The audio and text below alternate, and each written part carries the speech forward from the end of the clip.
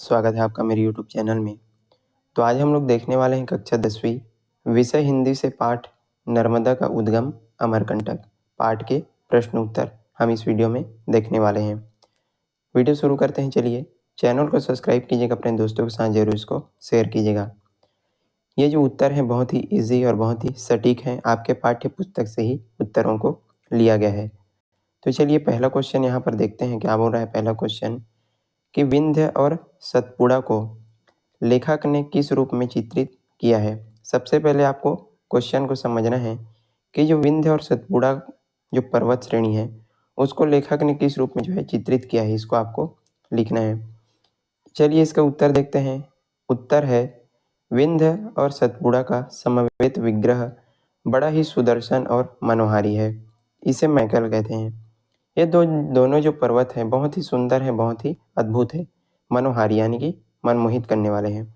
और इन दोनों को जो है क्या बोला जाता है, मैकल इसको कहा जाता है। मैकल पर्वत की दाईं भुजा विंध्याचल और बाईं भुजा क्या है, सतपुड़ा है। ये जो मैकल पर्वत है इसकी दाईं भुजा को जो है विंध्याचल बोला जाता है और बाईं भुजा को सतपुड़ा कहा गया है। इन दोनों पर्वतों के बीच से होकर के नर्मदा नदी प्रवाहित होती है और इन्हीं दोनों पर्वतों के बीच से जो है नर्मदा जो नदी है वो प्रवाहित होती है, बहती है। इस पर्वत का मस्तक पूर्व तक फैला हुआ है। यह अपनी विराटता से संपूर्ण भारत को पूर्व से पश्चिम तक हरापन और प्राकृतिक सौंदर्य दिए हुए हैं। ये जो पर्वत है वो कहाँ तक फैला हुआ है, पूरे पूर्व दिशा तक फैला हुआ है और ये जो है बहुत ही क्या है, विराटता यानी कि बहुत ही विशाल है और पूरे भारत को पूर्व से लेकर के पश्चिम तक जो है हरियाली प्रदान करता है, प्राकृतिक सौंदर्य दिया हुआ है। तो ये था प्रश्न 1 का उत्तर। बहुत ही छोटा और बहुत ही सरल इसका जो है उत्तर है। चलिए सेकंड क्वेश्चन यहाँ पर पूछ रहा है, क्या पूछ रहा है, बोला जा रहा है कि वनवासियों का जीवन कैसा होता है। पाठ के आधार पर आपको पूछा जा रहा है कि जो वनवासी जो लोग थे उनका जीवन कैसा था। चलिए इसका उत्तर जो है देखते हैं। वनवासियों का जीवन निर्द्वंद है। निर्द्वंद कहने का अर्थ है कि इनका जीवन बहुत ही सरल और सहज भाव लिए हुए हैं। टोकनियों में जामुन लेकर के वनवासी महिलाएं बैठी है। जब जो है लेखक अमरकंटक पहुंचता है जहां पर नर्मदा का उद्गम स्थल है, तो वहां पर जो है वनवासियों के जीवन को देखता है। तो वहां की जो वनवासी जो महिलाएं हैं वो टोकनियों में जो है जामुन और जो पके आम के जो फल हैं उसको लेकर के बैठी है। बहुत ही शांतिपूर्ण इनका जीवन है। नर्मदा नदी इनकी क्या करती है, रक्षा करती है। तो ये था बहुत ही छोटा और बहुत ही सटीक इसका आंसर। प्रश्न था वनवासियों का जीवन कैसा होता है, तो ये रहा इसका आंसर। चलिए नंबर 3 की तरफ, प्रश्न 3 की तरफ देखें तो क्या बोल रहा है। अमरेश्वर के कंठ से ही नर्मदा निकली है, यह पंक्ति किस संदर्भ में कही गई है। ये जो है इम्पॉर्टेंट क्वेश्चन है, आपको परीक्षाओं में जो है पूछे जाते हैं, तो इसको अच्छे से आपको समझना है। उत्तर देखते हैं। अमरेश्वर के कंठ से ही नर्मदा निकली है, यह कुंड ही नर्मदा का आदिम स्रोत है। अमरेश्वर के कंठ से ही क्या निकला है, नर्मदा जो नदी है वो निकला हुआ है। और ये जो कुंड है वहाँ पर एक क्या है, कुंड बना हुआ है, पाठ में हमने पढ़ा है। तो जो कुंड है वो नर्मदा का आदिम स्रोत है, मतलब यहीं से जो नर्मदा है वो बह रही है, निकल रही है। जल जो है शिव के कंठ से निकल करके कुंड में एकत्रित होते रहता है, यह नर्मदा का उद्गम स्थल है।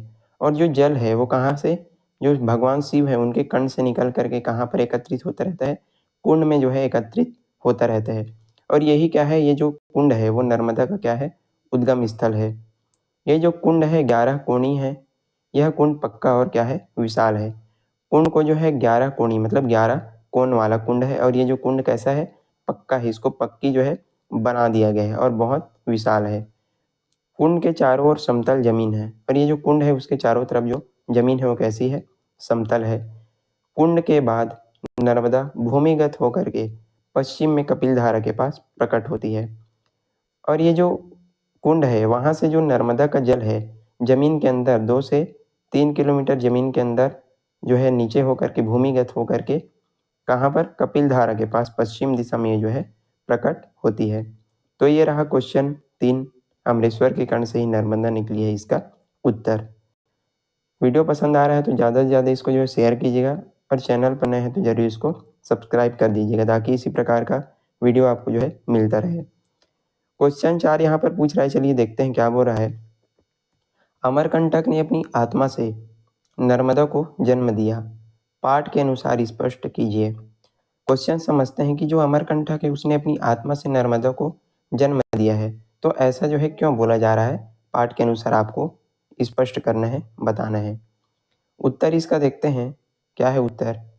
अमरकंटक ने ही, यहाँ पर ने ही अपनी आत्मा से नर्मदा को जन्म दिया और उसके प्राणों से नर्मदा लगातार अनादिकाल से जल प्रवाहित हो रहा है। यहाँ पर यह बोला जा रहा है कि जो अमरकंटक है उसी ने ही नर्मदा को क्या दिया है, जन्म दिया है अपनी आत्मा से, और उसका जो जल है वो लगातार अनादिकाल से, प्राचीन समय से जो है प्रवाहित हो रहा है। नर्मदा कुंड से अमरकंटक का एक शिखर और उसके आसपास की क्या भूमि कैसी है, ऊंची है। नर्मदा कुंड है और उसके आसपास की जो भूमि है वो कैसी है, ऊंची है, और उसी का जो जल है निरंतर नर्मदा कुंड में आता है। अमरकंटक ने नर्मदा को जन्म देकर भारत को वरदान दिया है। ये क्या है, वरदान भारत के लिए है, क्या, नर्मदा नदी। इसीलिए कहा गया है कि अमरकंटक ने अपनी आत्मा से नर्मदा को क्या किया, जन्म दिया है। तो ये था इसका आंसर, बहुत ही छोटा और सटीक उत्तर।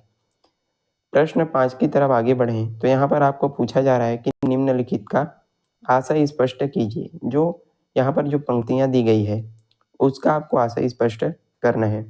चलिए पहला पंक्ति यहाँ पर देखते हैं। दूर से दृष्टि पड़ती है कि कोई रजत धारा आकाश से झर रही है। चारों तरफ हरा भरा वानस्पतिक संसार है। एक तरफ अपनी अचलता और विश्वास में समृद्ध है।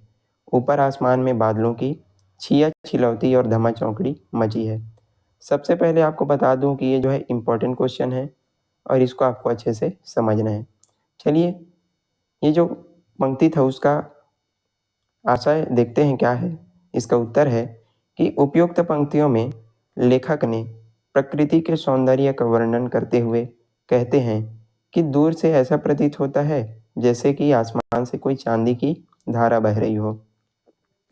लेखक यहाँ पर बता रहे हैं और प्रकृति के सौंदर्य का वर्णन करते हुए कहते हैं कि जब मैंने दूर से देखा तो ऐसा प्रतीत हुआ जैसे कि आसमान से चांदी की जो धारा है वो बह रही हो, ऐसा उन्होंने यहाँ पर बताया है।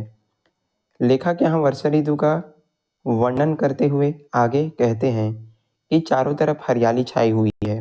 लेखक जब अमरकंटक जा रहे थे तो उस समय जो है बारिश का मौसम था और वहाँ पर वर्षा हो रही थी, तो इसी का वर्णन यहाँ पर करते हुए लेखक बता रहे हैं कि चारों तरफ क्या था, हरियाली था, हरियाली छाई हुई थी, पर्वतों में बारिश हो रही थी और वे अपनी अचलता और विश्वास के साथ क्या थे, खड़े थे। पहाड़ों पर जो है बारिश हो रही थी और ऊपर आसमान में बादल गरज चमक के साथ लगातार वर्षा कर रहे थे और धरती को हरे रंग की शोभा जो है प्रदान कर रहे थे। तो ये था इसका आंसर। ये जो पंक्तियां थी उसका आशय स्पष्ट करना था, तो पहले नंबर का ये रहा उत्तर। चलिए सेकंड नंबर, ख नंबर यहाँ पर दिया गया है। अमरकंठी नर्मदा का यह क्षेत्र देवों और मनुजों, मिथकों और लोक कलाओं, ऋषियों और वर्तमान के रचनाकारों को अपने संदर्भों में समाये हुए हैं। कालिदास ने इसे आम्रकूट कहा है। ये जो पंक्तियां, ये जो लाइन दिया हुआ है, इसका आपको आशय स्पष्ट करना है। चलिए इसका उत्तर देखते हैं, बहुत ही आसान और सरल शब्दों में। अमरकंटक और नर्मदा नदी का यह क्षेत्र प्राचीन काल से ही मनुष्यों का केंद्र रहा है। प्राचीन काल से ही यहाँ पर जो है देव और जो मनुष्य हैं उनका केंद्र रहा है, क्या, अमरकंटक और नर्मदा नदी। यहाँ पर लोक कथा प्रचलित है। कई सारी लोक कथाएं भी यहाँ पर क्या हुई है, प्रचलित हुई है। वर्तमान में नर्मदा का यह क्षेत्र रचनाकार, लेखक, इन सबको अपनी आकर्षक प्रकृति से अपनी ओर क्या करता है, आकर्षित करता है। ये जो है बहुत ही अद्भुत और बहुत ही क्या है, शानदार है, और ये जो है लेखकों को, रचनाकारों को अपनी ओर क्या करता है, आकर्षित करता है। यहाँ पर रचनाकारों को अपने संदर्भ में समाये हुए हैं। और कालिदास ने इसको क्या कहा है, आम्रकूट, मतलब की समाधि दी है। आम्रकूट क्यों बोला है, क्योंकि यहाँ पर आम के बहुत सारे वृक्ष, बहुत सारे जो जंगल हैं वो आम के आपको देखने को मिल जाएंगे। इसी कारण से कालिदास ने इसको जो है क्या बोला है, अमरकूट कहा है। ये था नंबर 5 का उत्तर। आशय स्पष्ट कीजिए। चलिए 6ठा नंबर यहाँ पर देखते हैं। नर्मदा सूख जाएगी तो हम कैसे बच सकेंगे? वनवासी स्त्री द्वारा यह बात क्यों कही गई? जब जो है लेखक और वनवासी स्त्री के बीच बातचीत होता है तो बोलती है कि नर्मदा सूख जाएगी तो हम कैसे बच सकेंगे। तो वनवासी स्त्री ऐसा क्यों कहती है, इसी को आपको जो है यहाँ पर पूछा जा रहा है। उत्तर है इसका, नर्मदा नदी लोगों को जीवन प्रदान करती है। लोग इसे अपनी माता की तरह मानते हैं, इसकी पूजा करते हैं। नर्मदा नदी और वहाँ का जो क्षेत्र है वो जो है उसको जीवन प्रदान करती है, वहाँ पर जो है हरियाली प्रदान करती है, लोगों की रक्षा करती है। और लोग इसको जो है नर्मदा जो नदी है उसको माता के समान क्या करते हैं, इसकी पूजा करते हैं। ये मनुष्यों, पशु पक्षी, जीव जंतु सबकी क्या करती है, रक्षा करती है। और नर्मदा प्राचीन काल से क्या हो रही है, प्रवाहित हो रही है, बह रही है। और भारत के लिए क्या है, वरदान है। इसलिए ऐसा जो कथन है वो कहा गया कि यदि नर्मदा जो सूख जाएगी तो सब चीज़ें जो है समाप्त हो जाएगी और हम नहीं बच सकेंगे। तो ये था इसका उत्तर। 7वां नंबर का क्वेश्चन यहाँ पर पूछ रहा है, आपको जो है टिप्पणी लिखना है। तो चलिए इसका पहला नंबर का टिप्पणी यहाँ पर सोनमुड़ा, सोनमुड़ा जो जगह है उसके ऊपर आपको क्या लिखना है, टिप्पणी लिखना है। तो चलिए इसका उत्तर देखते हैं। सोनमुड़ा सोन नदी का जो उद्गम स्थल है, जो सोनमुड़ा है वो सोन नदी का क्या है, उद्गम स्थल है। और सोन नदी अमरकंटक का क्या है, गर्व है। जो सोन नदी है अमरकंटक का गर्व है। यहाँ भी पक्का कुंड बना दिया गया है। यह अमरकंटक के पश्चिमी भागों में स्थित है। ये क्या है, पश्चिम भाग में स्थित है। और सोन नदी गंगा की सहायक नदी है जो आगे चल करके गंगा में मिल जाती है। सोन नदी जो है गंगा की सहायक नदी है और थोड़े दूर जा करके जो है गंगा नदी में मिल जाती है। तो ये रहा सोनमुड़ा के ऊपर टिप्पणी। छोटे छोटे और बहुत ही सरल यहाँ पर आपको उत्तर देखने को मिलेगा। फिर है आम्रकूट। तो अमरकंटक इसका उत्तर है। अमरकंटक और नर्मदा नदी का क्षेत्र आम के वनों से ढका हुआ है। मैंने पहले भी आपको बताया कि यहाँ पर जो है बहुत सारे आम के वृक्ष आपको देखने को मिल जाएंगे। किसी समय यह पूरा पर्वत आम के वनों से जो है घिरा रहता था। पुराने समय यदि पिछला टाइम की यदि हम बात करें तो बहुत सारे यहाँ पर जो है आम के जो वन है वो रहते थे। अभी भी यहाँ पर जंगलों पर जो आम के जो पेड़ है वो पाए जाते हैं। इसलिए कालिदास ने इसको क्या बोला है, आम्रकूट इसको कहा है।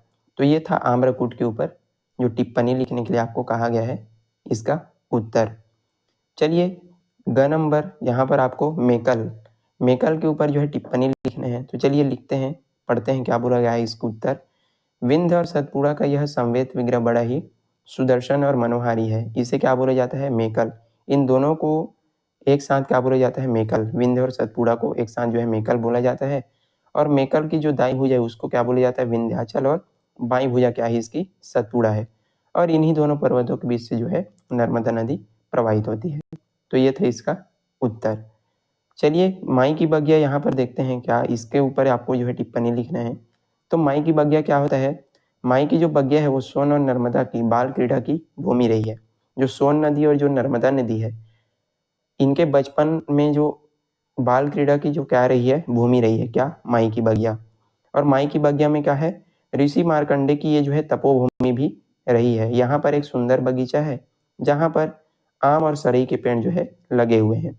इसी माई की बगिया में आपको सुंदर बगीचा देखने को मिल जाता है। और यहाँ पर बहुत सारे आम और सरई के जो पेड़ है वो भी लगे हुए हैं। और छोटा सा जल कुंड भी यहाँ पर आपको देखने को मिलता है। तो ये था इसका उत्तर। और यहीं पर आज का हमारा ये जो प्रश्न उत्तर का वीडियो है वो समाप्त होता है। आई होप आपको वीडियो जो है पसंद आया होगा। तो लाइक कीजिएगा, ज़्यादा से ज़्यादा इसको जो है शेयर कीजिएगा। कम से कम 2 दोस्तों को आपको जो इस वीडियो को जो है शेयर करना है ताकि उनकी जो है मदद हो सके। और चैनल पर नए हैं तो जरूर इसको सब्सक्राइब करना है ताकि आपको इसी प्रकार के अन्य वीडियो लगातार आपको मिलते रहे। चलिए आज के लिए बस इतना ही। मिलते हैं इसी प्रकार के अन्य वीडियो के साथ। तब तक के लिए पढ़ते रहिएगा। धन्यवाद।